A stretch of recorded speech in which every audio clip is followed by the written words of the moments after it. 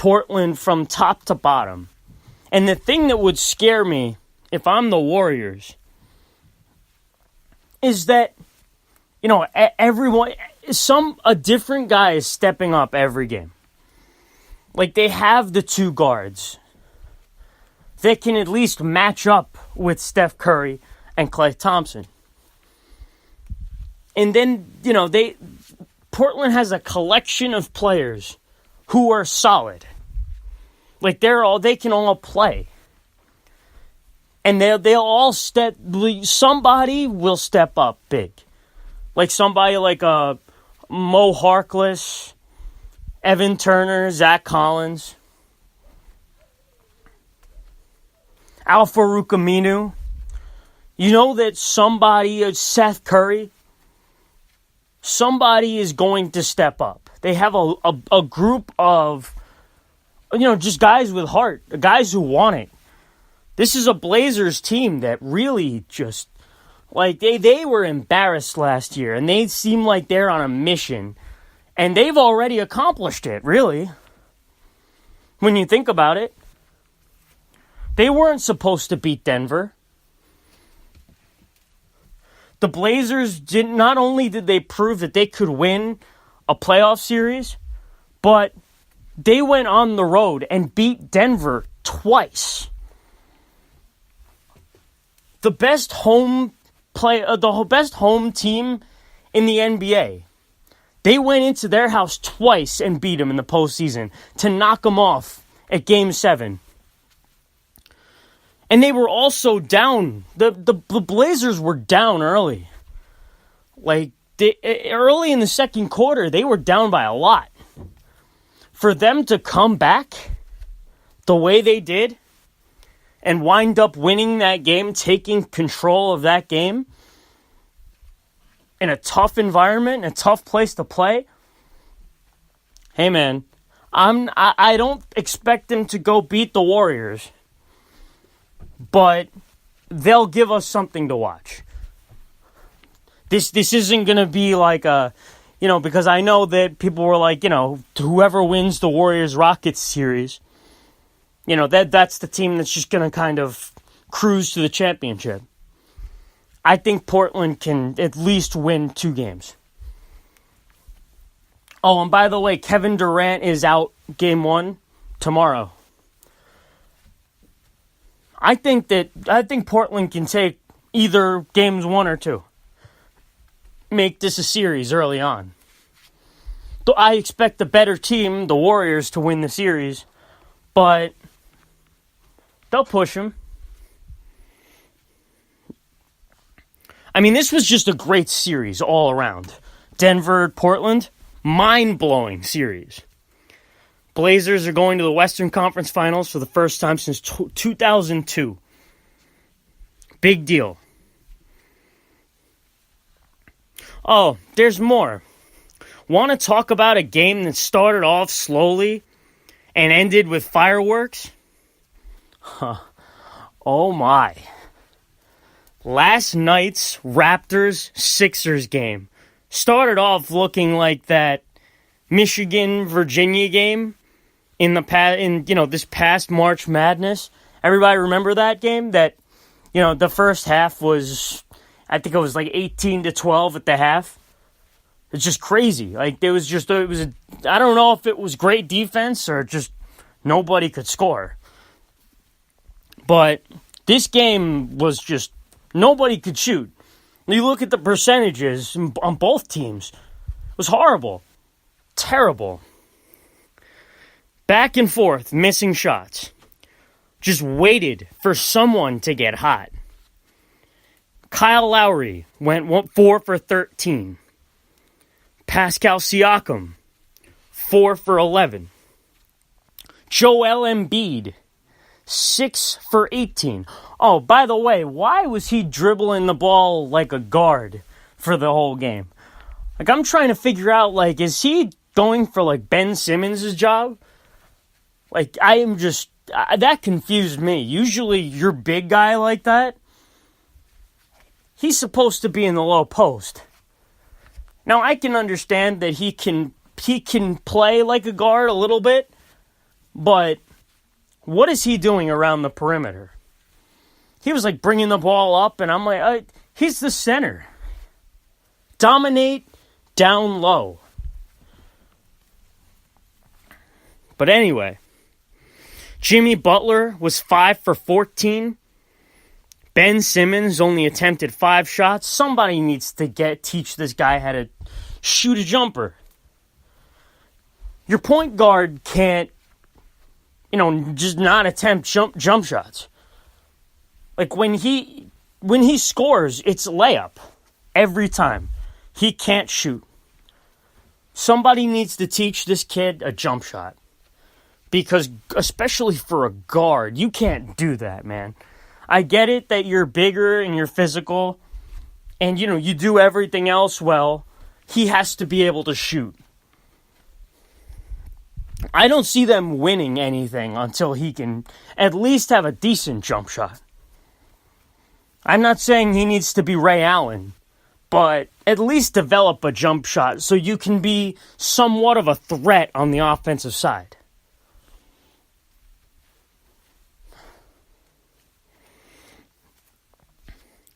And in case he needed to remind you again, Kawhi Leonard is a bad boy. 41 points. Nearly half of their points. Really? They put up 92 points. Kawhi Leonard had 41 of those. Game tied at 90. 4.2 seconds on the clock. Now, Leonard had just missed a big free throw that led to Jimmy Butler going down the floor and tying the game. Just right after that, with Embiid in your face, for Kawhi to hit the luckiest great shot. I mean, when that ball originally hit the rim, the way it hit the rim, there was no way in hell it was going in.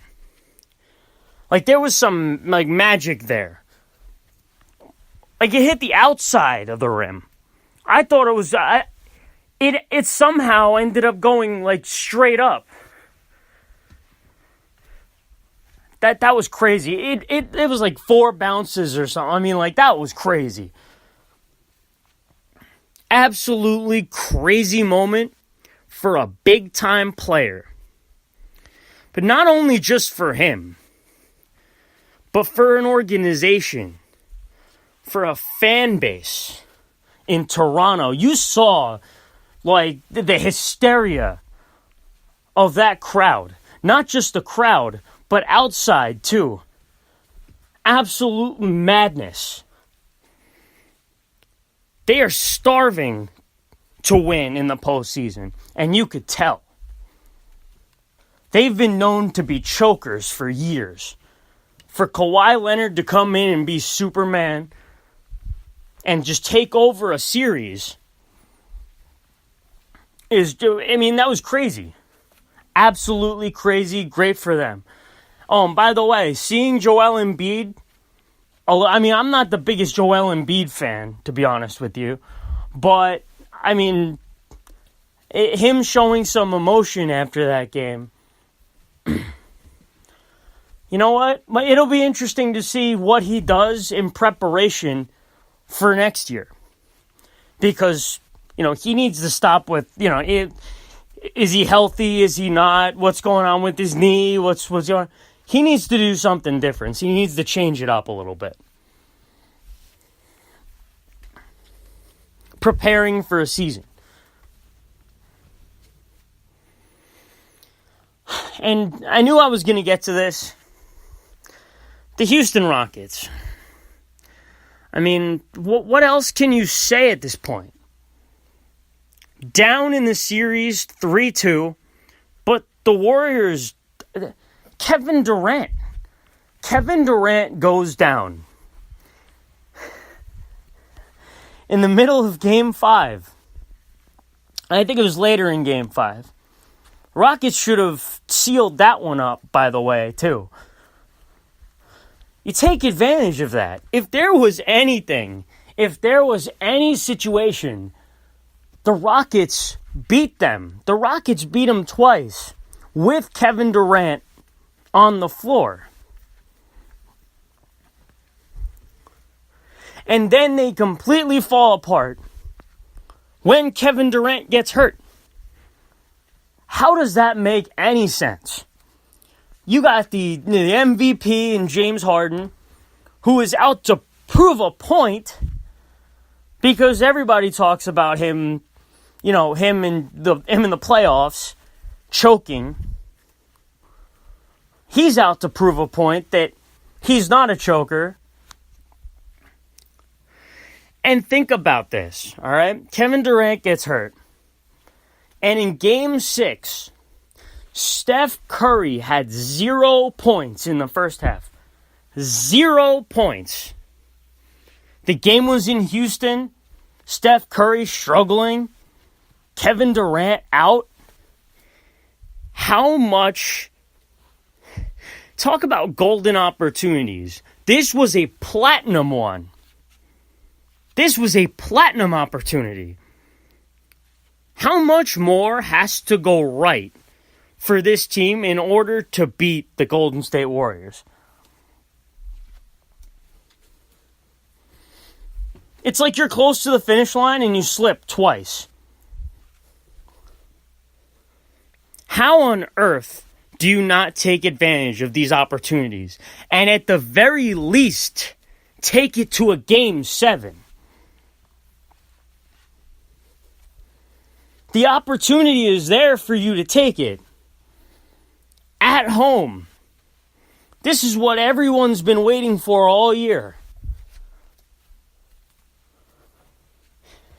They're champion. The Rockets are done, by the way.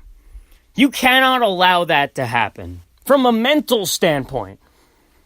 The thing is that we'll see what Golden State is next year. If it were to be the same team again, there's no way the Rockets are going to beat them. No way. We'll see where KD goes. We'll see if... I'm assuming they're going to re-sign Klay Thompson. I'm assuming so. I think they will. They'll still have the Splash Brothers. We'll see what kind of team that is next year.